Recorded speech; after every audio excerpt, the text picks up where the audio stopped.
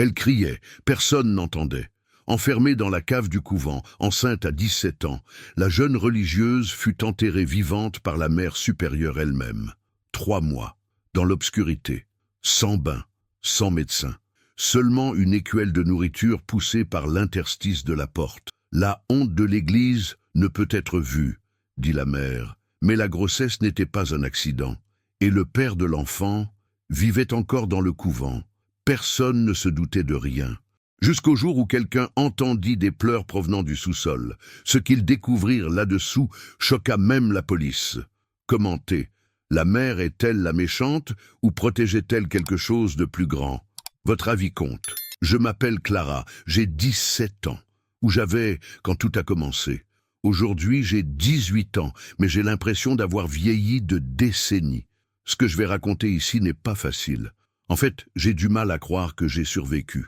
Mais je dois parler, je dois que quelqu'un sache ce qui s'est passé à l'intérieur de ce couvent, ce qu'ils m'ont fait, et pourquoi. J'ai toujours voulu être religieuse, depuis toute petite. Ma grand-mère était dévote. Elle m'emmenait à la messe tous les dimanches, et j'étais fasciné par les sœurs en habits blancs qui distribuaient des fleurs sur l'autel. Elles ressemblaient à des anges, pures, calmes, heureuses. Je voulais cette paix. Je voulais servir Dieu. Je voulais appartenir à quelque chose de plus grand que moi. Quand j'ai eu 15 ans, mes parents m'ont laissé entrer comme postulante au couvent Notre-Dame-des-Douleurs, dans la zone rurale du Minas Gerais. C'était un endroit ancien, avec des murs de pierre, des couloirs étroits et un silence qui semblait éternel. Les fenêtres étaient petites. La lumière entrait difficilement, mais cela m'était égal. Je pensais que c'était de la spiritualité. Je pensais que le sacrifice faisait partie du tout. La mère supérieure s'appelait Sœur Véronique. Elle avait environ 60 ans, des cheveux grisonnants qui n'apparaissaient jamais sous la coiffe et des yeux qui semblaient transpercer l'âme des gens. Elle était respectée, crainte en fait. Personne ne contrariait la mère Véronique. Quand elle parlait, toutes les sœurs baissaient la tête. Moi aussi. Je pensais que c'était de la hiérarchie. Je pensais que c'était de la discipline. Les premiers mois, tout semblait normal. Je me réveillais à 5 heures du matin, je participais aux prières, j'aidais à la cuisine, je nettoyais les couloirs, j'étudiais les Écritures. Les autres sœurs étaient gentilles, mais distantes. Il n'y avait pas de place pour les amitiés, seulement l'obéissance. Et le silence. Beaucoup de silence, jusqu'à ce que je rencontre le père Augusto. Il avait environ 40 ans, des cheveux foncés, une voix douce. Il venait au couvent 2 fois par semaine pour célébrer la messe et entendre les confessions. Toutes les sœurs le respectaient. Elles disaient qu'il était saint, qu'il avait le don de la parole, qu'il était choisi par Dieu. J'ai cru à cela. Au début, il me souriait simplement. Ensuite, il a commencé à me saluer par mon nom. « Bonjour Clara. Comment vas-tu, Clara ?» Je sentais mon visage s'échauffer. Je n'avais jamais reçu une telle attention. J'étais invisible là-dedans. Mais pour lui, j'existais. Un jour, après la confession, il m'a demandé de rester. Il a dit qu'il voulait parler de ma vocation. J'ai trouvé ça étrange, mais je n'ai pas questionné. Il était prêtre. J'étais postulante. C'était mon devoir d'obéir. Il m'a posé des questions sur ma famille, sur mes rêves, sur ce que je ressentais. Pour la première fois en plusieurs mois, quelqu'un voulait savoir ce que je ressentais. Je me suis ouverte.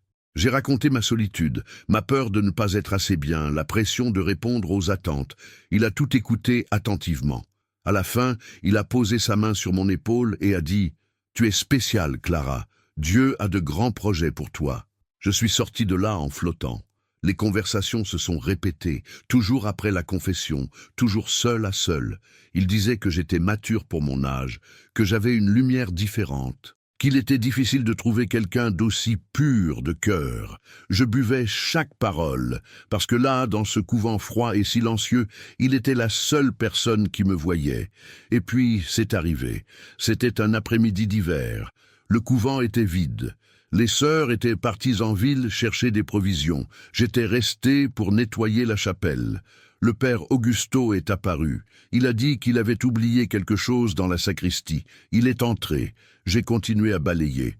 Il m'a appelé. Quand je suis entré dans la sacristie, il a fermé la porte. Mon cœur s'est emballé. Pas de peur, de confusion. Il m'a regardé avec une intensité que je n'avais jamais vue. Il a dit qu'il n'arrivait pas à arrêter de penser à moi, que je le perturbais, qu'il luttait contre quelque chose qui était plus grand que lui. Je n'ai pas compris. Et puis il m'a embrassé. Mon corps s'est figé, mon esprit est entré en panique. Je ne savais pas quoi faire. Je n'avais jamais été embrassé. Je n'avais jamais été touchée ainsi. Il était prêtre, j'étais religieuse, c'était mal, mais il a continué, et je n'ai pas pu réagir. Quand c'était terminé, il s'est éloigné. Il m'a regardé avec des larmes dans les yeux et a dit « Pardonne-moi, j'ai péché, mais c'est la preuve que je suis humain. Dieu nous pardonnera. » Je suis sorti de là en état de choc. Je n'en ai parlé à personne. J'avais honte. J'avais peur. J'avais de la culpabilité. Je pensais que c'était de ma faute, que j'avais fait quelque chose de mal, que je l'avais tenté. Mais cela ne s'est pas arrêté. Il est revenu, et revenu, et revenu, toujours avec les mêmes mots, toujours en disant que c'était de l'amour, que Dieu comprenait, que nous étions différents. Et moi, dans ma naïveté, dans ma solitude, dans mon manque, j'ai cru, jusqu'au jour où j'ai remarqué que mes règles étaient en retard. D'abord, j'ai ignoré. Ensuite, je suis entré en panique. J'ai fait un test qu'une des sœurs plus âgées gardait dans l'armoire de l'infirmerie. Positif. J'étais enceinte, à 17 ans, postulante, à l'intérieur d'un couvent, enceinte du prêtre. J'ai pleuré pendant des heures enfermée dans la salle de bain. Je ne savais pas quoi faire. Je ne pouvais le dire à personne. Je ne pouvais pas partir. Je n'avais nulle part où aller. Mes parents me renverraient au couvent. La société me jugerait. Et Dieu me condamnerait. Je le lui ai dit. Il n'a pas pâli. Il est resté silencieux pendant de longues minutes. Puis il a dit « Tu es sûr ?» J'ai confirmé. Il a respiré profondément et a dit « Ne parle à personne. Je vais régler ça. » Mais il n'a rien réglé. Une semaine plus tard, la mère Véronique m'a convoqué dans son bureau. Dès que je suis entré, j'ai senti que quelque chose n'allait pas. Elle était debout, les bras croisés, avec une expression de dégoût sur le visage. « Tu es enceinte », a-t-elle dit. Ce n'était pas une question. C'était une affirmation. Mon monde s'est effondré. « Qui était-ce » a-t-elle demandé. Je n'ai pas répondu. Elle a frappé sur la table. « Qui était-ce » Je suis restée silencieuse. Je n'allais pas dénoncer le père Augusto. Il avait dit qu'il allait me protéger, qu'il allait régler ça. Mais il n'était pas là. La mère s'est approchée. Son visage était rouge de colère. « Tu as apporté la honte dans cette maison. Tu as souillé le nom de Dieu. Tu es une abomination. » Les larmes coulaient sur mon visage. Je voulais crier que ce n'était pas de ma faute, qu'il m'avait manipulée, que j'étais seulement une enfant. Mais ma voix ne sortait pas.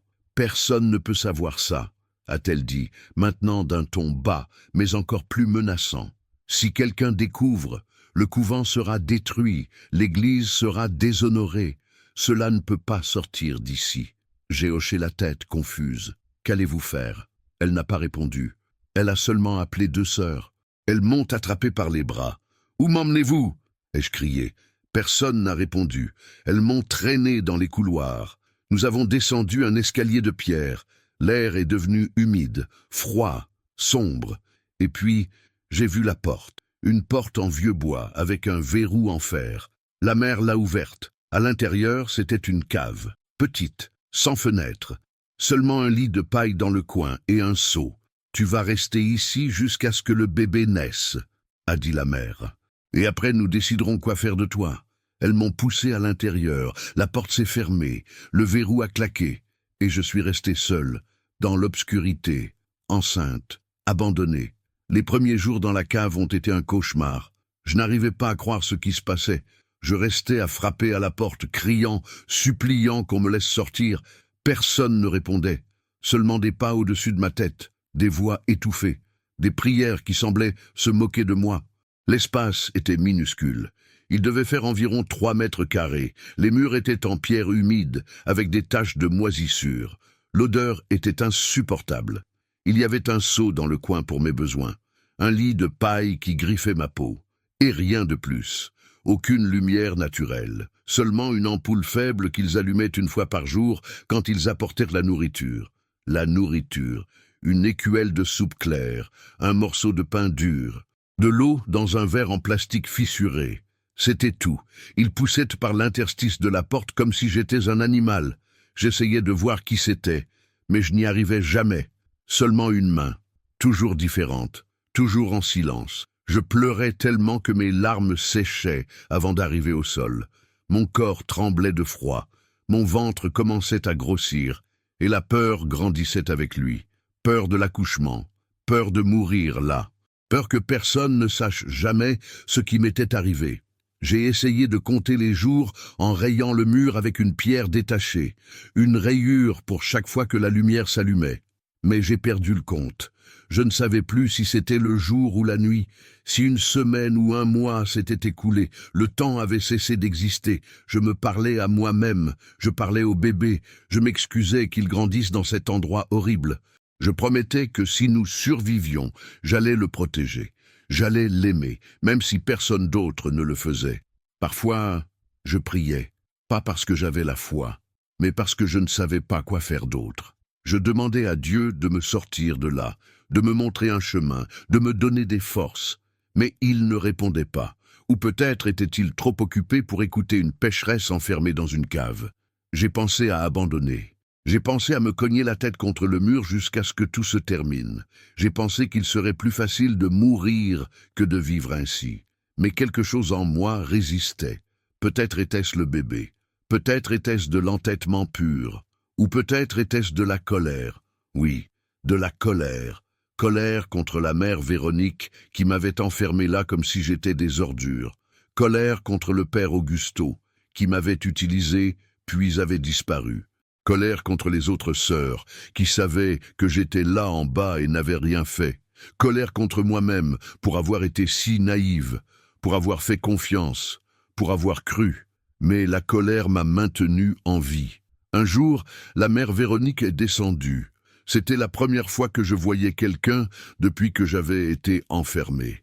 Elle est entrée avec une lanterne à la main, éclairant mon visage. J'étais sale, les cheveux emmêlés, le visage gonflé d'avoir tant pleuré. Elle m'a regardé avec mépris. « Tu es encore en vie », a-t-elle dit comme si elle était déçue. Je n'ai pas répondu, je l'ai seulement fixé. « J'espère que tu as appris la leçon », a-t-elle continué. « Le péché a des conséquences. Et tu paies pour tes choix. » Mes choix? Je voulais crier. J'étais une enfant. Il m'a manipulée, il m'a trompée. Mais je n'ai rien dit, parce que je savais que ça ne servirait à rien. Quand le bébé naîtra, nous l'emmènerons, a-t-elle dit, froidement. Tu ne le verras plus jamais, et après nous déciderons quoi faire de toi. Peut-être serait-il mieux de t'envoyer loin, ou peut-être serait-il mieux de te laisser ici pour toujours. Ça dépend de combien tu coopéreras. Mon sang s'est glacé. Non, vous n'allez pas me prendre mon fils. Elle a ri, un rire sec, cruel. Ton fils, tu penses que tu mérites d'être mère ? Tu penses que Dieu va permettre qu'une pécheresse comme toi élève un enfant? Oublie, Clara, ce bébé n'est pas à toi. Il ne l'a jamais été. Elle est partie. La porte s'est refermée et je me suis effondré. J'ai pleuré jusqu'à ne plus avoir de larmes. J'ai frappé le mur jusqu'à ce que mes doigts saignent. J'ai crié jusqu'à ce que ma voix disparaisse. Mais personne ne m'a entendu. Ou s'ils ont entendu, ils ont fait semblant de ne pas. Les jours ont continué à passer. Mon ventre grossissait, mon corps s'affaiblissait. J'avais des nausées, mais je n'avais nulle part où vomir à part le seau. J'avais mal au dos, mais je n'avais nulle part où m'allonger à part la paille immonde. J'avais peur, mais je n'avais personne pour me consoler. Parfois, j'entendais des voix là-haut, des rires, des conversations. La vie continuait normalement pour elle, tandis que je pourrissais là, en bas, oublié, invisible. Et le pire, le père Augusto continuait à célébrer des messes. J'entendais sa voix à travers les murs, prêchant sur l'amour, sur le pardon, sur la compassion. Et je voulais monter là-haut et lui crier au visage, crier qu'il était un menteur, un manipulateur, un monstre. Mais j'étais prisonnière. Un soir, j'ai commencé à sentir des contractions. Ce n'était pas encore le moment, mais mon corps me faisait mal. Je me suis recroquevillé sur le lit de paille, serrant mon ventre, essayant de respirer. J'ai frappé à la porte. J'ai crié à l'aide. Rien. Personne n'est venu. La douleur est passée, mais la terreur est restée. Et si j'entrais en travail là, seul, dans le noir, sans personne pour m'aider, j'allais mourir. Le bébé allait mourir, et personne ne le saurait. C'est là que j'ai compris. Elle s'en fichait. Pour elle, c'était même mieux si je mourais.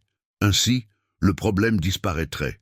La honte serait enterrée, littéralement. Mais je n'allais pas laisser cela arriver. J'ai commencé à penser à m'échapper. J'ai observé la porte. Le verrou était en fer, lourd, mais le bois était vieux. Peut-être si je poussais assez fort, mais je n'avais pas de force. J'arrivais à peine à rester debout. J'ai pensé à crier quand quelqu'un viendrait apporter la nourriture. Mais qui viendrait me sauver? Toutes les sœurs obéissaient à la mère Véronique. Et le père Augusto, il n'allait pas risquer sa propre réputation pour moi. J'étais complètement seul. Puis, quelque chose a changé. Un jour, avec l'écuelle de soupe, est venu un morceau de papier, petit, froissé, avec un message écrit à la main « Je sais que tu es là, n'abandonne pas, je vais essayer d'aider. Sœur Béatrice ». Mon cœur s'est emballé. Sœur Béatrice était l'une des religieuses les plus jeunes. Elle devait avoir une vingtaine d'années. Elle avait toujours été discrète, réservée, mais je me souvenais qu'elle me regardait avec gentillesse, différemment des autres. J'ai attrapé le papier comme si c'était de l'or. Enfin, quelqu'un savait, quelqu'un se souciait. Il y avait de l'espoir. Les jours suivants, elle a commencé à apporter de petites choses avec la nourriture, une couverture propre, un savon, un peigne, une bougie, de petits gestes qui semblaient énormes là-dedans. Je ne pouvais pas lui parler, mais j'écrivais des messages sur des morceaux de papier et je les laissais près de l'assiette vide. « Merci. S'il te plaît, sors-moi d'ici. Je suis enceinte de 5 mois. J'ai peur de mourir à l'accouchement. Le père Augusto est le père. Il m'a trompé. Je ne savais pas si elle lisait, mais j'ai continué à écrire, parce que c'était mon seul lien avec le monde extérieur. Et puis, une nuit, j'ai entendu quelque chose de différent. Des pas, lentement, descendant l'escalier. La porte s'est ouverte. Ce n'était pas l'heure de la nourriture. Mon corps s'est tendu. Qui était-ce? La lumière d'une lanterne a éclairé la pièce, et elle était là, sœur Béatrice. Elle a mis son doigt sur ses lèvres, demandant le silence. Puis elle a chuchoté, « Je vais te sortir d'ici, mais pas maintenant. Ce n'est pas encore sûr, mais je promets, tu n'auras pas ce bébé toute seule. Je vais trouver un moyen. » Les larmes ont coulé sur mon visage. Je ne pouvais pas parler. J'ai seulement hoché la tête en remerciant. Elle m'a donné un chapelet. Prie, pas pour Dieu, mais pour avoir la force de tenir encore un peu. Je reviendrai. Et elle est partie. Pour la première fois en plusieurs mois, j'ai ressenti autre chose que du désespoir. J'ai ressenti de l'espoir. Et l'espoir, même petit, est puissant. Mais ce que je ne savais pas, c'est que les choses allaient empirer bien avant de s'améliorer. La mère Véronique a découvert. Je ne sais pas comment. Peut-être a-t-elle remarqué que Béatrice descendait à la cave plus fréquemment. Peut-être a-t-elle trouvé l'un des billets. Ou peut-être quelqu'un a-t-il dénoncé. Peu importe. Le fait est que, 3 jours après la visite de Béatrice, tout s'est effondré. J'étais allongé sur la paille quand j'ai entendu des cris là-haut. Des voix fortes, agressives. La voix de la mère Véronique était reconnaissable entre toutes. Et l'autre voix, c'était celle de Béatrice. « Vous n'avez pas le droit de remettre en question mes décisions, » a hurlé la mère. « Mais c'est une enfant. Elle souffre là en bas. Ce n'est pas chrétien. Ce n'est pas humain. » Béatrice a crié en retour. Mon cœur s'est emballé. Elle me défendait. Mais je savais que ça n'allait pas bien se terminer. « Elle a péché, » a répondu la mère. « Elle a apporté le déshonneur dans cette maison. Et vous, en l'aidant, vous souillez votre propre âme. Celui qui a péché, c'est le père Augusto. Il l'a manipulée. Elle était vierge. Elle ne savait rien. » Silence. Un silence lourd, chargé. Et puis, la voix de la mère, plus basse, plus dangereuse. « Attention à vos paroles, sœur Béatrice. Accuser un homme de Dieu est un blasphème. Et le blasphème a des conséquences. Des conséquences pires qu'enfermer une fille enceinte dans une cave sans assistance médicale, sans dignité, sans lumière. » Le bruit d'une gifle a résonné dans la maison. J'ai couvert ma bouche avec mes mains, retenant mes pleurs. Béatrice avait reçu une gifle, à cause de moi. « Vous êtes relevé de vos fonctions », a dit la mère, d'une voix glaciale. « Vous serez transféré dans un autre couvent. Vous partirez demain matin, et si vous osez parler de cela à qui que ce soit, je garantis que votre vie religieuse se terminera avant de commencer. » Des pas, une porte qui claque, et puis seulement le silence. Je me suis effondré. Béatrice était mon seul espoir, et maintenant elle partait. J'étais à nouveau seul, plus seul que jamais. Cette nuit-là, personne n'a apporté de nourriture, ni d'eau. Je suis resté des heures à attendre. Mon ventre gargouillait, ma gorge brûlait de soif. Mais rien n'est venu, c'était une punition, pas seulement pour moi, mais pour montrer ce qui arrivait à ceux qui désobéissaient. Le lendemain, le matin, j'ai entendu de l'agitation, des pas, des valises qu'on traîne, une voiture qui démarre. Béatrice s'en allait, et je n'ai même pas pu lui dire au revoir. Mais alors quelque chose d'inattendu s'est produit. Tard dans la nuit, quand le couvent était silencieux, j'ai entendu le verrou de la porte s'ouvrir. Lentement, mon corps s'est figé. Qui était-ce? La mère venait me punir davantage? Ou pire, la porte s'est ouverte, et Béatrice était là, avec un sac à dos sur les épaules et des larmes dans les yeux. « Je ne peux pas te sortir d'ici », a-t-elle chuchoté, pressée. « Mais je ne vais pas te laisser complètement démunie. » Elle a ouvert le sac à dos et a sorti plusieurs choses. Une bouteille d'eau, des paquets de biscuits, une couverture épaisse, du savon, des serviettes hygiéniques, une petite lampe de poche avec des piles et un vieux téléphone portable. « Il n'a pas de carte SIM », a-t-elle expliqué, « mais il a de la batterie et il a quelques contacts enregistrés. Si tu arrives à sortir d'ici, ou si quelque chose se passe, utilise-le. Il y a le numéro de l'hôpital le plus proche, du commissariat et le mien. Je ne sais pas ce qui va m'arriver, mais si tu as besoin, je répondrai. » J'ai attrapé le téléphone comme si c'était ma vie, et c'était le cas. « Merci, c'est tout ce que j'ai pu dire. » La voix étranglée. Elle a serré ma main. « Tu ne mérites pas ça, Clara. Ce qu'ils t'ont fait est un crime. Et un jour, quelqu'un paiera pour ça. Je le promets. » Et elle est partie, pour toujours. J'ai caché tout sous la paille, la lampe de poche, le téléphone, la nourriture, tout ce qui pouvait me maintenir en vie un peu plus longtemps. Et pour la première fois, j'ai senti que j'avais une arme. Pas contre la mère, mais contre l'oubli. Les jours suivants ont été les pires. La mère a encore réduit la nourriture. Maintenant, elle ne venait qu'une fois par jour, et en quantité ridicule. Un morceau de pain, un demi-verre d'eau. C'était de la vengeance. Pour Béatrice, pour avoir reçu de l'aide, pour être encore en vie. Mon corps a commencé à dépérir. J'étais au 6e mois de grossesse, mais je semblais dénutri. Ma peau était pâle, mes cheveux tombaient, mes ongles se cassaient, mais le bébé continuait à bouger, et cela me donnait des forces. Un après-midi, j'ai entendu de nouvelles voix là-haut, des voix masculines, étrangères. Je me suis tendu. Qui était-il ? Est-ce que finalement quelqu'un était venu enquêter? Est-ce que Béatrice avait dénoncé? Mais non, c'était seulement une visite pastorale, un évêque et 2 prêtres. Ils venaient inspecter le couvent. La mère les a reçus en grande pompe. J'ai entendu des rires, des conversations polies, des prières en latin, et personne n'a mentionné la fille enfermée dans la cave. J'ai pensé à crier, à frapper à la porte, à faire n'importe quel bruit. Mais la cave était isolée. Et même s'il m'entendait, la mère inventerait une excuse. Des rats, la tuyauterie, l'imagination, et je serais punie après. Alors je suis restée silencieuse, comme toujours. Mais quelque chose changeait en moi. Ce n'était plus de la peur, ce n'était plus du désespoir, c'était de la colère, pure, brûlante, grandissant chaque jour. Colère d'être invisible, colère d'être jetable, colère d'être réduite au silence. Et la colère m'a fait prendre une décision. Si je survivais, je raconterais tout, à tout le monde. Peu importe ce qu'il me ferait, peu importe ce qui m'arriverait. J'allais exposer cet endroit, ces gens, cette hypocrisie.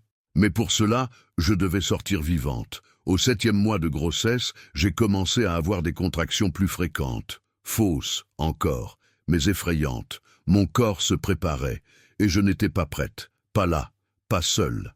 J'ai utilisé la lampe de poche que Béatrice m'avait donnée pour examiner l'espace. J'ai cherché des sorties, des fissures, n'importe quoi. Mais rien. Les murs étaient solides, la porte verrouillée de l'extérieur, et l'escalier qui menait à l'étage était surveillé. J'ai pensé à utiliser le téléphone, appeler la police, mais il n'y avait pas de signal. J'ai essayé plusieurs fois. Rien. La cave était trop profonde, et sans carte SIM, je ne pouvais pas passer d'appels normaux de toute façon. Mais je n'ai pas éteint le téléphone. Je l'ai gardé chargé avec les piles supplémentaires que Béatrice avait laissées, et j'ai commencé à enregistrer des audios, racontant tout, depuis le début, le père Augusto, la grossesse, la mère Véronique, la cave, tout. Au cas où je mourrais, au moins, il y aurait des preuves. C'est à cette époque que j'ai entendu quelque chose de troublant. Tard dans la nuit, des voix au-dessus de ma tête. La mère Véronique et le père Augusto, en train de discuter. J'ai collé mon oreille au mur et j'ai réussi à comprendre quelques mots. « Elle ne peut pas rester en vie », disait la mère. « Quand le bébé naîtra, nous devons régler ça une fois pour toutes. »« Et que suggérez-vous » a demandé le prêtre nerveux. « Il existe des orphelinats loin d'ici, des endroits où personne ne pose de questions. On donne le bébé et elle peut avoir une complication à l'accouchement. » Mon sang s'est glacé. « Vous suggérez » a-t-il commencé. « Je suggère que nous protégions l'Église, protégions notre réputation. Vous protégions, elle est un risque, et les risques doivent être éliminés. » Silence. Et puis, la voix du prêtre, basse mais claire. « Faites ce qui est nécessaire. » Je n'arrivais plus à respirer. Ils allaient me tuer. Ils l'avaient planifié, froidement. Et lui, l'homme qui avait dit qu'il m'aimait, qui avait dit que Dieu nous pardonnerait, était d'accord. Cette nuit-là, je n'ai pas dormi. Je suis resté éveillé, tremblant, planifiant. Je devais sortir, peu importe comment, peu importe quand, mais je devais sortir avant l'accouchement, parce que si je ne sortais pas, je ne sortirais plus jamais. J'ai passé les jours suivants à tout observer. Chaque son, chaque mouvement. J'ai appris à reconnaître les pas de chaque sœur. La mère Véronique avait des pas lourds, fermes. Les sœurs plus âgées traînaient les pieds. Les plus jeunes étaient rapides, nerveuses. Et le père Augusto, il avait une façon de marcher que je n'oublierai jamais. Calme, confiant, comme si rien ne pouvait le toucher. J'ai découvert qu'il y avait un schéma. Tous les jours, vers 3 heures de l'après-midi, le couvent se vidait pendant environ 1 heure. Les sœurs allaient au potager à l'arrière. La mère montait au bureau. Et le prêtre partait juste après la messe du matin et ne revenait que le lendemain. C'était ma fenêtre. 1 heure, 60 minutes, peut-être moins. Mais c'était tout ce que j'avais. Le problème était le verrou. Je n'avais aucun moyen de l'ouvrir de l'intérieur, mais j'ai commencé à remarquer quelque chose. Le bois autour de la charnière était pourri, humide, faible. Si j'arrivais à forcer, peut-être que la porte entière céderait. J'ai commencé à travailler là-dessus, lentement, silencieusement. J'utilisais une pierre pointue que j'avais trouvée dans le coin de la cave. Je grattais le bois, millimètre par millimètre. C'était douloureux, épuisant. Mon ventre pesait lourd, mon dos me faisait mal, mais je ne m'arrêtais pas. Cela m'a pris presque 2 semaines, mais finalement le bois a commencé à céder. J'ai réussi à desserrer l'une des charnières, pas assez pour ouvrir, mais assez pour créer de l'espoir. Pendant ce temps, mon corps empirait. J'arrivais à peine à me tenir debout. J'avais des vertiges constants. Je saignais du nez fréquemment. Et le bébé bougeait de moins en moins. Je savais qu'il souffrait. Je savais qu'il manquait de nutriments. Et cela me détruisait. « Tiens bon, mon amour !» je chuchotais, caressant mon ventre. « Encore un peu. On va sortir d'ici. Je te le promets. » Mais les promesses ne nourrissent pas. Et les promesses n'ouvrent pas les portes. Puis quelque chose d'inattendu s'est produit. Un jour, la personne qui a apporté la nourriture n'était pas l'une des sœurs connues. C'était quelqu'un de nouveau. J'ai entendu la voix, jeune, hésitante. Et quand l'écuelle a été poussée par l'interstice, j'ai vu un visage, des yeux écarquillés, effrayés. C'était une nouvelle postulante. Elle devait avoir environ 15 ans. Elle m'a regardé et a pâli. « Vous êtes enceinte ?» a-t-elle chuchoté, choquée. Je me suis traîné jusqu'à la porte. « S'il te plaît » ai-je supplié. « S'il te plaît, aide-moi. Elles vont me tuer. » Elle a reculé, effrayée. « Je ne peux pas. La mère a dit que vous étiez dangereuse, que vous étiez possédée. Non, possédée? J'ai presque ri de désespoir. Je suis juste une fille comme toi. J'ai été trompée. S'il te plaît, tu dois me croire. Elle a secoué la tête, confuse. La mère a dit que personne ne peut vous parler, que vous essayez de mentir pour sortir. Mentir? Regarde-moi! Ai-je crié, mettant mes mains dans l'interstice. Je suis enceinte, dénutrie, enfermée depuis des mois. Tu crois que c'est un mensonge? Elle a regardé mes mains, sales, maigres, tremblantes. Et j'ai vu quelque chose changer dans ses yeux. Du doute. Et le doute était tout ce dont j'avais besoin. Comment tu t'appelles? Ai-je demandé, plus calmement. Anna, a-t-elle répondu, tout bas. Anna, je sais que tu es nouvelle ici. Je sais que tu veux faire ce qui est juste, mais ce qu'elles me font n'est pas juste. Et au fond de toi, tu le sais. Elle s'est mordu la lèvre. Je dois partir. Attends, ai-je supplié. Dis-moi juste une chose. Tu as déjà vu le père Augusto? Elle a hoché la tête. Oui, il célèbre la messe. Il est le père de mon bébé, ai-je dit, la fixant. Il m'a manipulé. Il m'a utilisé. Et maintenant, il fait comme si rien ne s'était passé. Pendant que je pourris ici en bas. Elle a écarquillé les yeux. Le prêtre? Oui, le prêtre. L'homme qui prêche sur la pureté et la compassion. C'est lui qui m'a fait ça. Et la mère le protège. Anna a reculé, portant sa main à sa bouche. Je ne savais pas. Personne ne sait, ai-je répondu. Parce qu'elle cache. Mais tu sais maintenant. Et tu peux choisir, être complice ou être humaine. Elle est restée immobile un moment. Puis, sans rien dire, elle a remonté l'escalier en courant.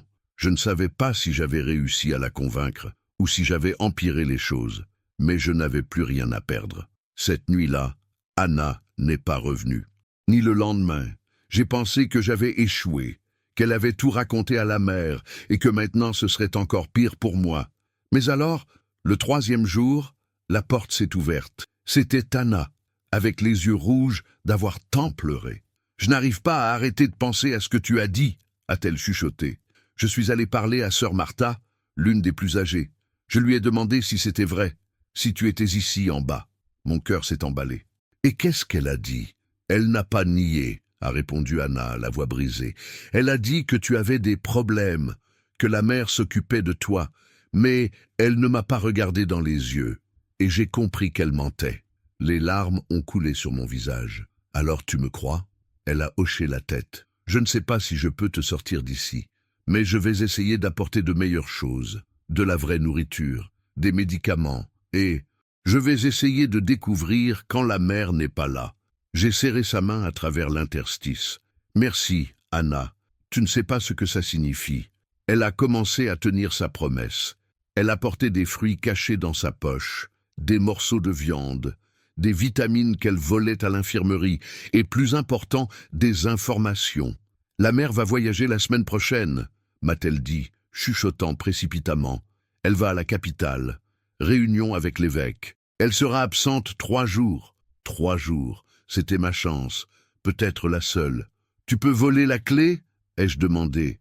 Elle a secoué la tête. La mère la garde avec elle tout le temps, mais je peux essayer de distraire celle qui surveillera, donner une excuse, inventer une urgence. Et si elle découvre, je dirai que tu m'as trompé, que je ne savais pas. Elle m'a regardé avec détermination. Mais je m'en fiche, c'est mal, et je ne veux pas être comme elle. Les jours suivants, nous avons travaillé sur le plan. J'ai continué à desserrer la charnière. Anna a apporté un petit outil, un tournevis, caché dans sa manche. Avec lui, j'ai réussi à détacher presque toute la charnière. La porte était fragile, une forte poussée et elle céderait. La mère est partie en voyage un jeudi, Anna m'a prévenu. Aujourd'hui dans l'après-midi, 3 heures, elles seront toutes au potager. Je vais faire semblant d'être malade et rester dans la maison. Quand tu sortiras, va directement vers la route. Il y a une station-service à 2 kilomètres. Demande de l'aide là-bas. J'ai acquiescé. Mon corps tremblait d'anxiété, de peur, d'espoir. Quand l'horloge a sonné 3 heures, Anna est descendue. Maintenant, a-t-elle chuchoté. J'ai respiré profondément.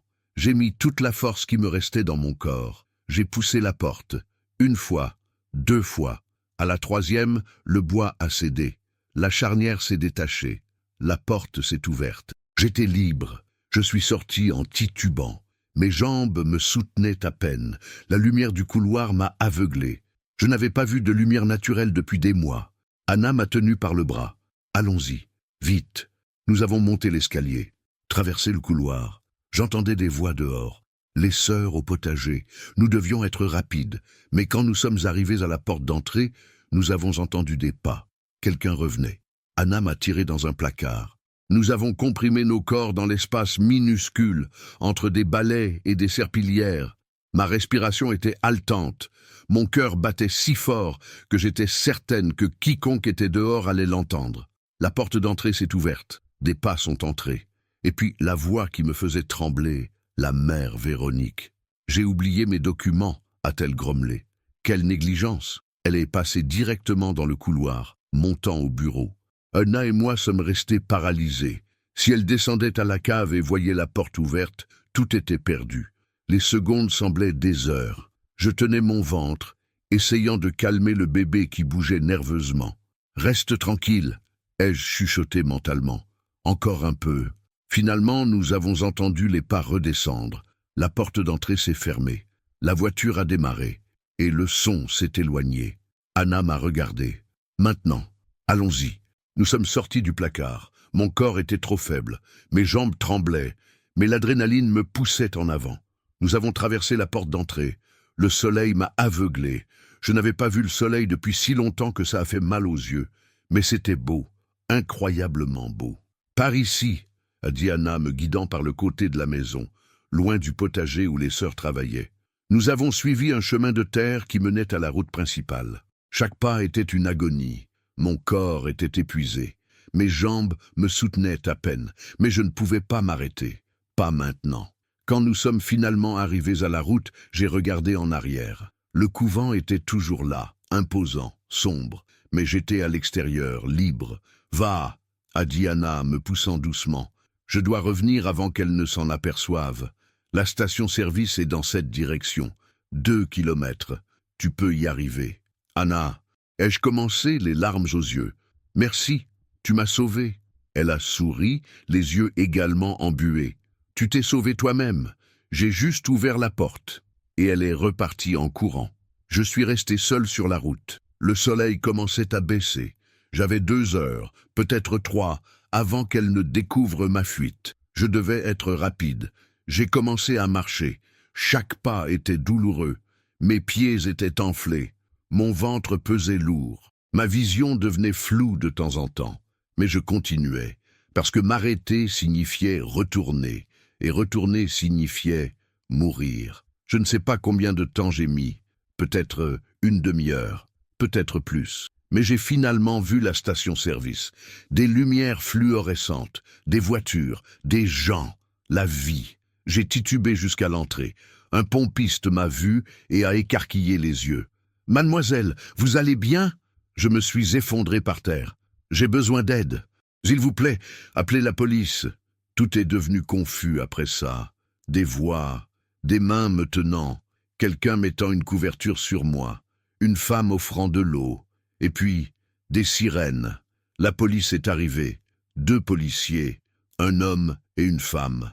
La policière s'est agenouillée à mes côtés. « Comment tu t'appelles ?»« Clara », ai-je répondu d'une voix faible. « Je m'appelle Clara, et je dois raconter ce qui s'est passé. » Ils m'ont emmené à l'hôpital. En chemin, j'ai tout raconté. Le père Augusto, la grossesse, la mère Véronique, la cave, les mois de captivité, la menace de mort. Tout. La policière notait tout, le visage de plus en plus sérieux. Où se trouve ce couvent? J'ai donné l'adresse. Mais ils vont tout nier. Ils vont dire que je mens. Pas si tu as des preuves, a-t-elle répondu. Des preuves? Le téléphone, les audios? J'en ai, ai-je dit, sortant l'appareil caché à ma taille. J'ai tout enregistré. Ses yeux se sont illuminés. Ça change tout. À l'hôpital, j'ai été examiné. Dénutrition sévère, anémie, déshydratation et le bébé. Le bébé était en souffrance fétale. Il avait besoin de soins urgents, mais il était vivant, encore vivant. Ils m'ont mis une perfusion, ils m'ont nourri progressivement, et ils m'ont laissé me reposer. Mais je n'arrivais pas à dormir, parce que je savais ce qui allait suivre. La confrontation.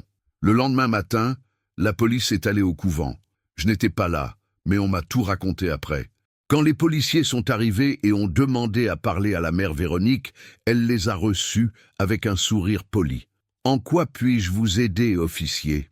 Nous avons reçu une plainte grave, » a dit le commissaire. Une jeune femme nommée Clara affirme qu'elle a été maintenue en séquestration ici pendant des mois, enceinte, sans assistance médicale. La mère a ri, un rire forcé, nerveux. « Clara ? Ah oui, pauvre fille. Elle a eu des problèmes psychologiques. Malheureusement, elle a dû quitter le couvent.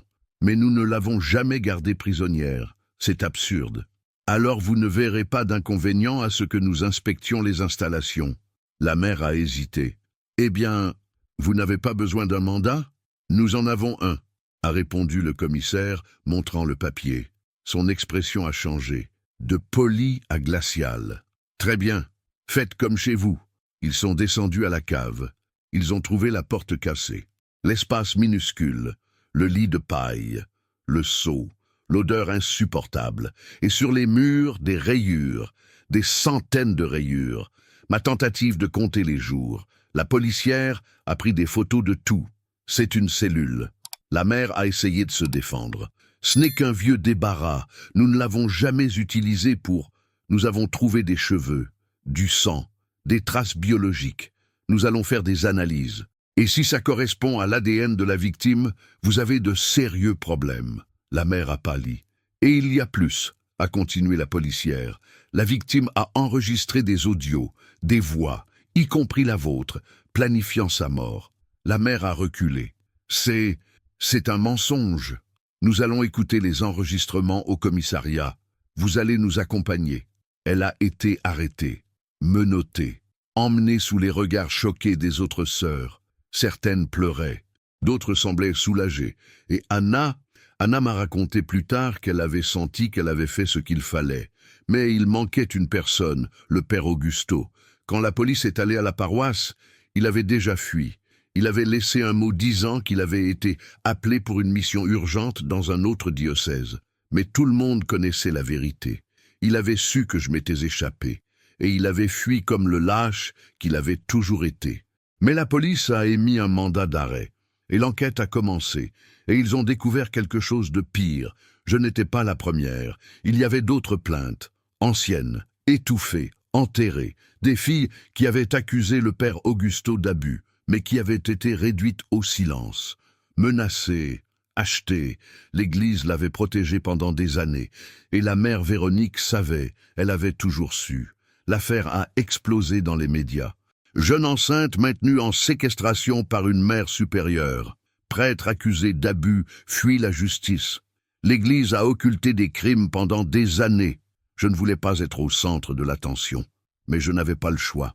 Mon visage était dans tous les journaux, mon histoire dans toutes les bouches. Et les opinions étaient divisées. Certains me soutenaient, disaient que j'étais courageuse, que j'avais exposé l'hypocrisie, que je méritais justice. D'autres m'attaquaient, disaient que j'étais une menteuse, que j'avais séduit le prêtre, que j'essayais de détruire l'Église, que c'était de la vengeance, mais je m'en fichais, parce que je connaissais la vérité, et la vérité était enregistrée, documentée, prouvée. La mère Véronique a été condamnée pour séquestration, mauvais traitement et tentative d'homicide. Elle a écopé de 15 ans. Le père Augusto a été capturé 3 mois plus tard, tentant de traverser la frontière. Il a été condamné pour abus sexuels sur personnes vulnérables, viol sur personnes vulnérables et d'autres crimes. 25 ans. Et le couvent, fermé, scellé, investigué. Plusieurs sœurs ont été interrogées. Certaines ont été accusées de complicité. D'autres libérées faute de preuves. Mais le mal était fait. La honte de l'Église que la mère voulait tant cacher était devenue publique. Et aucun verrou, aucune porte, aucune cave ne pourrait plus la cacher. 2 semaines après ma fuite, je suis entré en travail. C'était un dimanche matin. Je me suis réveillé en sentant des contractions fortes, régulières. J'ai appelé l'infirmière. Elle m'a examiné et a dit « C'est le moment ». J'étais terrifié, pas par l'accouchement en lui-même, mais parce que tout cela devenait réel. J'allais être mère, à 18 ans, seul, avec une histoire que personne n'oublierait. Ils m'ont emmené en salle d'accouchement. Les médecins étaient gentils, mais je voyais la curiosité dans leurs yeux. J'étais la fille du couvent, celle qui avait survécu, celle qui avait tout exposé. Et maintenant j'étais là, sur le point de mettre au monde la preuve vivante de ce qui s'était passé. L'accouchement a été long, douloureux. Mon corps était faible, dénutri. Les médecins se sont inquiétés plusieurs fois. Mais j'ai continué, parce que je n'avais pas d'autre choix. Et puis, après des heures d'agonie, j'ai entendu un cri. Un petit cri, fragile mais vivant. Mon bébé, mon fils. C'est un garçon, m'a dit la médecin le plaçant dans mes bras. J'ai regardé ce petit visage rouge, ridé, parfait. Il avait des yeux foncés, des cheveux noirs fins, de petites mains minuscules qui s'accrochaient à mon doigt. Et quelque chose en moi s'est brisé. Toutes les barrières que j'avais construites pour survivre se sont effondrées. Et j'ai pleuré. J'ai pleuré comme je n'avais jamais pleuré auparavant. « Bonjour, mon amour », ai-je chuchoté, embrassant son front. « Je suis ta mère, et je vais te protéger, toujours. » Les jours suivants ont été un mélange de joie et de peur. Joie d'avoir mon fils avec moi, peur de l'avenir. Je n'avais pas d'argent, je n'avais pas de maison, je n'avais pas de soutien familial. Mes parents m'avaient abandonné quand le scandale avait éclaté, disant que j'avais déshonoré la famille. Mais je n'étais pas complètement seul. Béatrice est revenue. Elle avait été transférée, mais quand elle a appris ma fuite et l'arrestation de la mère, elle est revenue me voir. Elle a pleuré en voyant le bébé. « Tu as réussi », a-t-elle dit, souriant entre les larmes. « Tu as vraiment réussi. » Elle m'a aidé. Elle a obtenu une place pour moi dans un foyer d'accueil pour mères célibataires, un endroit simple mais sûr, où je pouvais reconstruire ma vie. Anna m'a également rendu visite. Elle avait quitté le couvent. Elle a dit qu'elle ne pouvait plus vivre là après tout ce qu'elle avait vu. Je pensais que je servais Dieu, m'a-t-elle raconté. Mais j'ai découvert que je servais l'hypocrisie. Elle a décidé de reprendre ses études. Elle voulait devenir assistante sociale, aider d'autres filles comme moi, et je l'ai soutenue. Mais tout n'était pas soulagement. Le procès approchait et je devrais témoigner. Je devrais revivre tout, devant des juges, des avocats, des journalistes. Et la mère Véronique. Le jour du procès est arrivé. Je suis entré au tribunal avec mon fils dans les bras. Il avait 3 mois, potelé, en bonne santé, magnifique. La preuve que j'avais survécu, que nous avions survécu. La mère Véronique était assise de l'autre côté de la salle, en uniforme orange, menottée. Quand nos regards se sont croisés, j'ai senti un frisson dans la colonne vertébrale. Mais je n'ai pas détourné les yeux. Je n'allais pas lui donner la satisfaction de me voir avoir peur. Le procureur m'a appelé à la barre des témoins. J'ai respiré profondément et je suis monté. J'ai juré de dire la vérité et je l'ai dit. J'ai tout raconté, depuis le début. Le père Augusto et les manipulations, la grossesse, la découverte par la mère, la cave, les mois de captivité, la faim, le froid, la solitude, le plan de me tuer, tout. La salle était dans un silence absolu. Certaines personnes pleuraient. D'autres secouaient la tête, incrédules. L'avocat de la défense a essayé de me discréditer. Ne pensez-vous pas que vous exagérez? Après tout, le couvent essayait seulement de protéger votre réputation. Je l'ai fixé. Protéger ma réputation en m'enfermant dans une cave, en me laissant mourir de faim, en planifiant ma mort, ce n'est pas de la protection, c'est de la torture. Il a essayé encore. Mais vous admettez que vous avez eu des relations avec le père Augusto, correct? Je n'ai pas eu des relations, ai-je répondu, fermement. J'ai été manipulé et abusé par un homme de 40 ans qui a utilisé sa position de pouvoir pour m'exploiter. J'avais 16 ans quand ça a commencé, j'étais vierge, je ne savais rien, et il le savait. L'avocat a reculé, il n'avait plus de questions. Ensuite, ce fut le tour de la mère Véronique de témoigner. Elle est montée à la barre, tranquille, comme si elle accomplissait simplement une formalité. Elle a tout nié.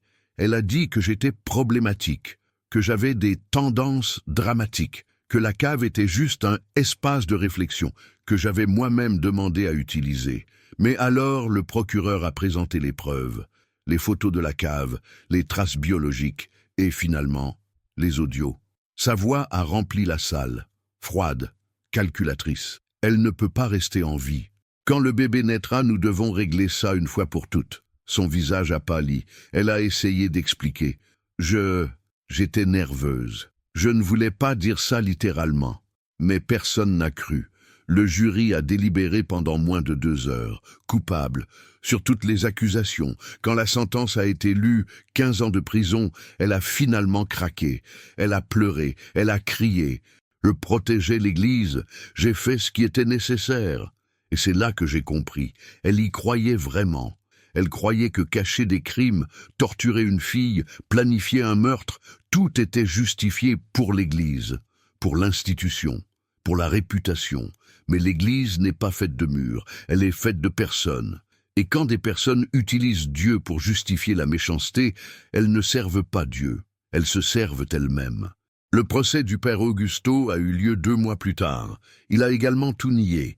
Il a dit que j'étais obsédé par lui, que j'avais inventé l'histoire pour me venger parce qu'il m'avait rejeté.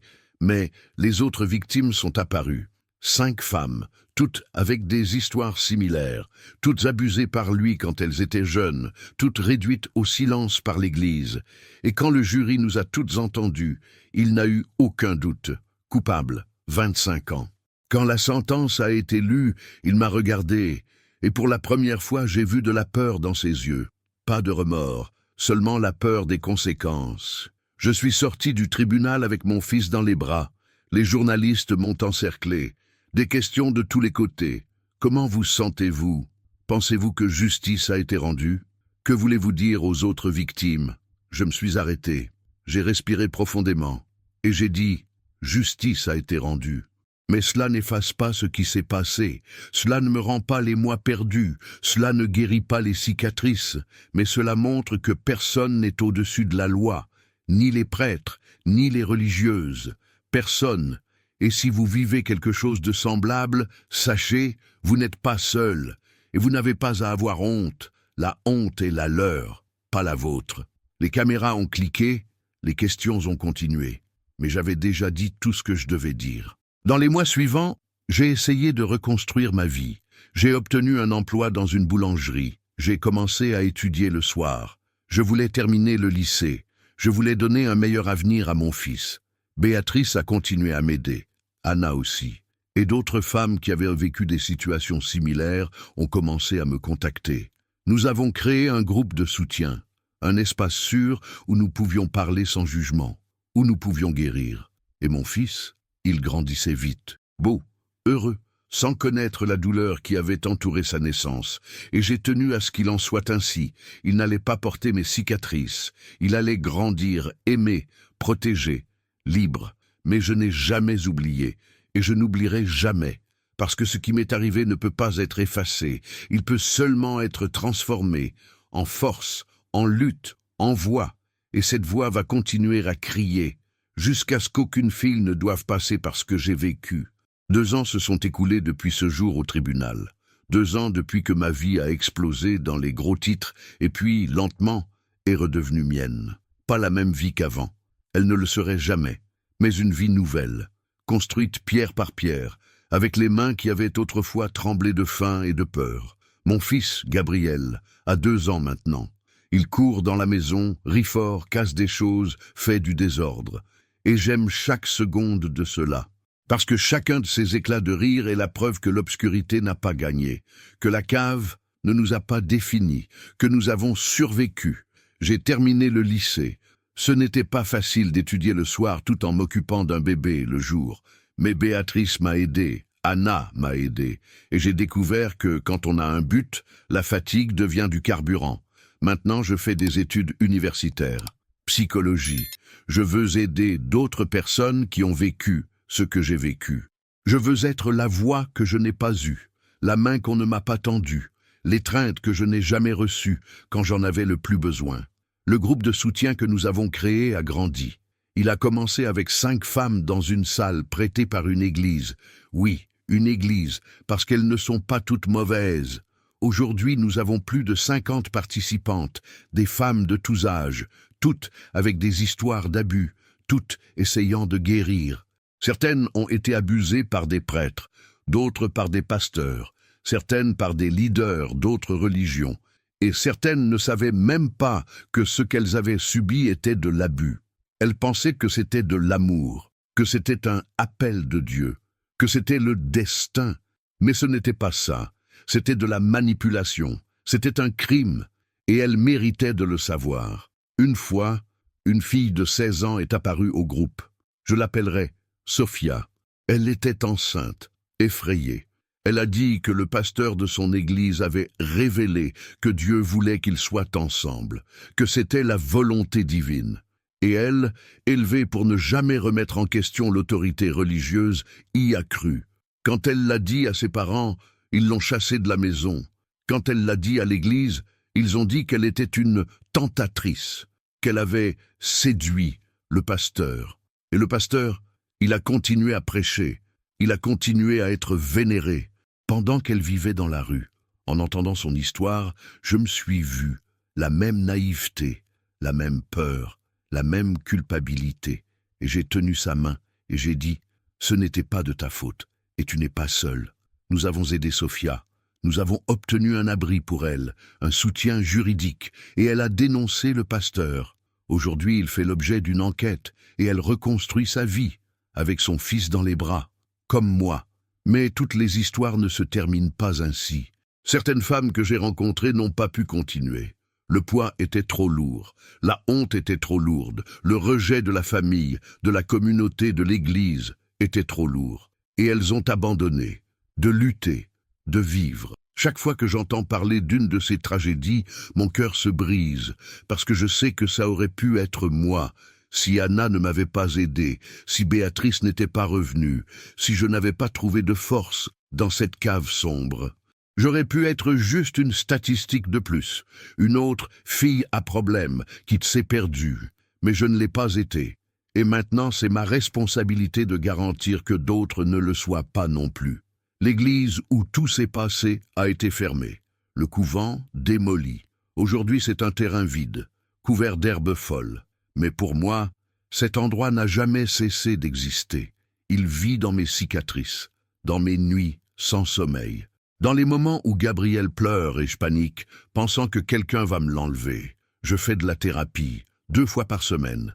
C'est cher, mais nécessaire, parce que le traumatisme ne disparaît pas tout seul. Il doit être affronté, nommé, traité, et même ainsi, il ne partira jamais complètement.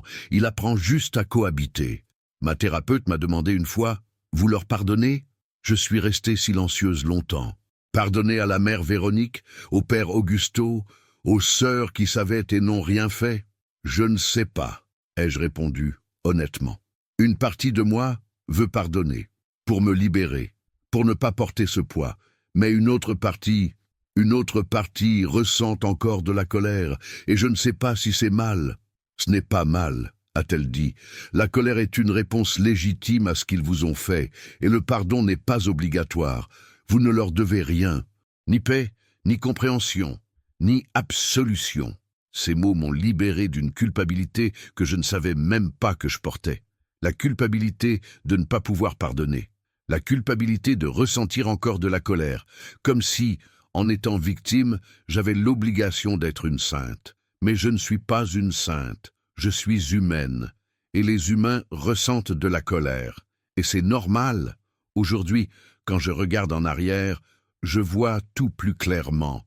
Je vois comment j'ai été manipulé, comment ma vulnérabilité a été exploitée, comment ma foi a été utilisée contre moi. Et je vois que rien de tout cela n'était de ma faute. J'étais une enfant, cherchant l'amour, cherchant l'acceptation, cherchant Dieu.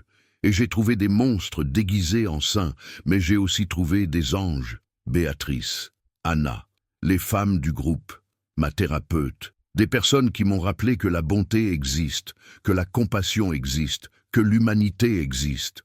Et mon fils, mon petit Gabriel, qui m'a appris que l'amour n'a pas besoin d'être douloureux, que les soins n'ont pas besoin d'être conditionnels, que la famille n'est pas celle qui t'abandonne, mais celle qui reste. Il y a des mauvais jours, des jours où je me réveille en sueur, me souvenant de l'odeur de la cave, du froid, de la solitude, de la peur de mourir là, oublié. Ces jours-là, je serre Gabriel plus fort. Je regarde par la fenêtre, je sens le soleil sur ma peau. Et je me rappelle, je suis sorti, j'ai survécu, j'ai gagné. Mais il y a aussi de bons jours, des jours où Gabriel dit « Maman » et court vers moi, des jours où je reçois un message d'une femme du groupe disant « Merci d'exister », des jours où je me regarde dans le miroir et au lieu de voir une victime, je vois une survivante. Récemment, j'ai reçu une lettre. C'était de l'une des autres victimes du père Augusto. Elle m'a remercié. Elle a dit que sans mon témoignage, elle n'aurait jamais eu le courage de parler, qu'elle avait passé des années à penser que c'était seulement elle, que c'était de sa faute. Mais quand elle m'a vu au tribunal, quand elle m'a entendu dire « ce n'était pas notre faute », quelque chose en elle s'est libéré. Aujourd'hui, elle va bien, mariée, avec des enfants, heureuse. Et elle m'a dit « vous m'avez sauvé sans même le savoir ». J'ai pleuré en lisant cette lettre, parce que j'ai réalisé que ma douleur n'avait pas été vaine, que mon histoire, aussi douloureuse soit-elle, a aidé quelqu'un. Et ça donne un sens à tout. Je ne veux pas être vue comme une héroïne. Je ne le suis pas. Je suis juste quelqu'un qui a refusé d'être réduite au silence, qui a crié quand il voulait que je chuchote, qui a exposé quand il voulait que je cache. Et si cela a inspiré quelqu'un, tant mieux. Mais je ne l'ai pas fait pour la gloire. Je l'ai fait pour survivre. Je l'ai fait parce que je n'avais pas d'autre choix. Gabriel m'appelle maintenant. Il veut que je joue avec lui. Il veut que je voie le dessin qu'il a fait. Il veut que je sois présente. Et j'y vais, parce qu'il mérite une mère présente. Et je mérite d'être heureuse. Avant de partir, je regarde par la fenêtre. Le ciel est bleu, le soleil brille, et je respire profondément, libre. Il y a quelque chose que j'ai appris ces 2 dernières années. Le silence tue, pas littéralement. Mais il tue la vérité, il tue la justice, il tue l'espoir, et il protège les coupables. Pendant des décennies, le père Augusto a abusé. Et pendant des décennies, la mère Véronique a couvert. Et pendant des décennies, des sœurs ont vu et n'ont rien dit. Pourquoi ? Parce que parler signifiait ternir la réputation de l'Église, signifiait créer un scandale, signifiait un manque de foi. Mais le véritable scandale n'était pas d'exposer le crime, c'était de permettre qu'il continue. Aujourd'hui, quand je vois des nouvelles de nouveaux cas d'abus dans des institutions religieuses, et malheureusement il y en a beaucoup, mon cœur se serre, parce que je sais que derrière chaque gros titre il y a une personne qui a souffert, qui a été réduite au silence, qui porte des cicatrices invisibles, et beaucoup de ces personnes ne parleront jamais, par peur, par honte, par culpabilité, parce que la société culpabilise encore la victime. Demande encore, que faisais-tu là? Pourquoi n'as-tu pas dit non? Pourquoi n'as-tu pas fui avant? Comme si fuir était facile, comme si dire non à quelqu'un qui a du pouvoir sur toi était simple. Comme si un enfant ou un adolescent avait la même capacité de jugement qu'un adulte. Ce n'est pas le cas. Et c'est pourquoi les adultes, en position de pouvoir, ont une responsabilité. La responsabilité de protéger, de guider, de respecter. Et quand ils trahissent cette responsabilité, quand ils utilisent la foi, l'autorité, la manipulation pour abuser, ils doivent payer. Pas avec un pardon facile, pas avec des transferts silencieux, pas avec des accords secrets, mais avec la justice, réelle, publique, irrévocable. Je sais que beaucoup diront, mais tous les religieux ne sont pas comme ça. Et c'est vrai, ils ne le sont pas. Il existe des prêtres, des pasteurs, des religieuses, des leaders incroyables qui dédient leur vie à vraiment aider, qui vivent les valeurs qu'ils prêchent, qui protègent au lieu d'abuser. Mais cela n'annule pas ceux qui font l'opposé. Et défendre l'institution au-dessus des victimes, c'est de la complicité. C'est choisir la réputation plutôt que l'humanité. Et ça, ce n'est pas de la foi, c'est de l'hypocrisie. Il y a quelques mois, j'ai reçu un appel. C'était d'une journaliste. Elle faisait un reportage sur l'abus institutionnel et voulait m'interviewer. J'ai hésité.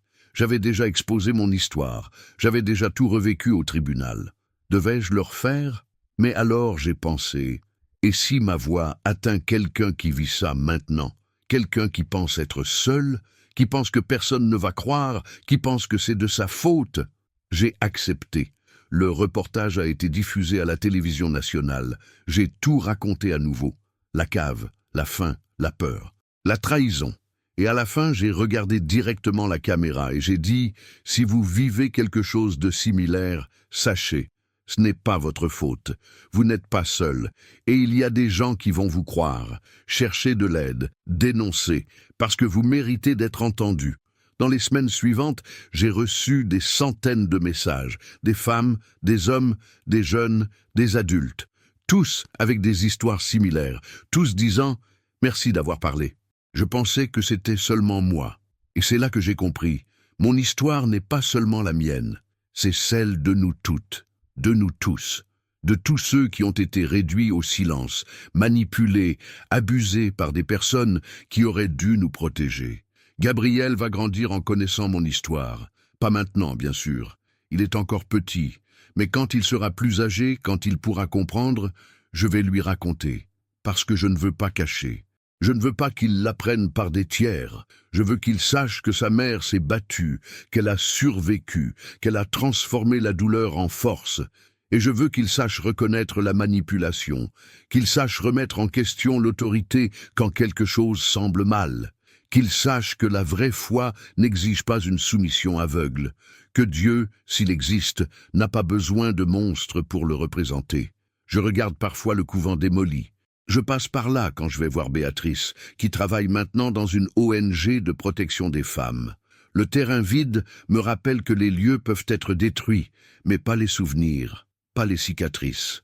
Mais il me rappelle aussi que les nouveaux départs sont possibles, que là où il y avait de la douleur, quelque chose de nouveau peut naître, que la fin de quelque chose de mauvais est le début de quelque chose de meilleur. Aujourd'hui, quand je me regarde dans le miroir, je ne vois plus la fille effrayée qui est entrée dans ce couvent à 15 ans. Je vois une femme, une mère, une survivante, une combattante. Et ça, c'est la victoire. Ce n'est pas une victoire parfaite. J'ai encore des cauchemars, j'ai encore de mauvais jours, je porte encore le poids de ce qui s'est passé. Mais je ne laisse pas cela me définir. Je me définis par les choix que je fais maintenant, par l'amour que je donne à mon fils, par l'aide que j'offre à d'autres femmes, par la voix que j'utilise pour crier quand d'autres veulent le silence. Et pour ceux qui écoutent cette histoire maintenant, je veux laisser quelque chose de clair. Vous n'avez pas besoin d'être un héros. Vous n'avez pas besoin d'être fort tout le temps. Vous n'avez pas besoin de pardonner si vous ne voulez pas. Vous n'avez pas besoin de surmonter dans le temps que les autres jugent approprié. La guérison n'est pas linéaire. Le traumatisme n'a pas de date d'expiration, et vous avez le droit de ressentir ce que vous ressentez. La colère, la peur, la tristesse, tout est valide, tout est humain. Mais si vous le pouvez, parlez, racontez votre histoire, à quelqu'un de confiance, à un thérapeute, à la police, à qui va vous écouter, parce que le silence protège les abuseurs, et votre voix peut faire la différence entre qu'une autre personne souffre ou soit sauvée.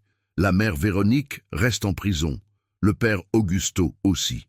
Je ne sais pas s'ils regrettent, je ne sais pas s'ils comprennent l'ampleur de ce qu'ils ont fait, et honnêtement, peu importe. Ce qui importe, c'est qu'ils ne peuvent plus blesser personne. Et quant à moi, je continue à vivre, jour après jour, pas après pas, avec mon fils dans les bras, avec mon avenir entre les mains, avec ma voix dans la gorge. Et cette voix ne se taira pas, jamais plus. Parce que si quelque chose de bon est sorti de ce cauchemar, c'est ça. J'ai découvert que je suis plus forte que je ne l'imaginais, que je peux transformer la douleur en but, que je peux être la lumière dont j'avais besoin quand j'étais dans l'obscurité. Et vous aussi, vous le pouvez. Si vous vivez quelque chose de similaire ou connaissez quelqu'un qui le vit, n'attendez pas. Dénoncez. Cherchez de l'aide. Appelez les services d'aide aux victimes. Allez au commissariat. Parlez à quelqu'un de confiance, parce que vous n'êtes pas seul et vous méritez la justice. Cette histoire est réelle et elle se produit tous les jours, dans des églises, dans des couvents, dans des temples, dans des lieux où il devrait y avoir protection, mais il y a prédation. Et cela ne s'arrêtera que lorsque nous arrêterons de protéger les institutions et commencerons à protéger les personnes. Maintenant, je veux savoir de vous, que feriez-vous à ma place ? Auriez-vous le courage de dénoncer? Auriez-vous réussi à survivre? Commentez votre opinion, je lis tout. Et si cette histoire vous a touché, si vous pensez que quelqu'un a besoin d'entendre cela, partagez, parce que plus les gens sauront, plus il sera difficile de cacher. Et si vous êtes survivant d'abus, laissez un cœur dans les commentaires. Vous n'êtes pas seul. Nous sommes ensemble, toujours. Abonnez-vous à la chaîne pour plus d'histoires vraies qui doivent être racontées. Activez la cloche pour ne manquer aucune vidéo. Et rappelez-vous, votre voix compte. Utilisez-la.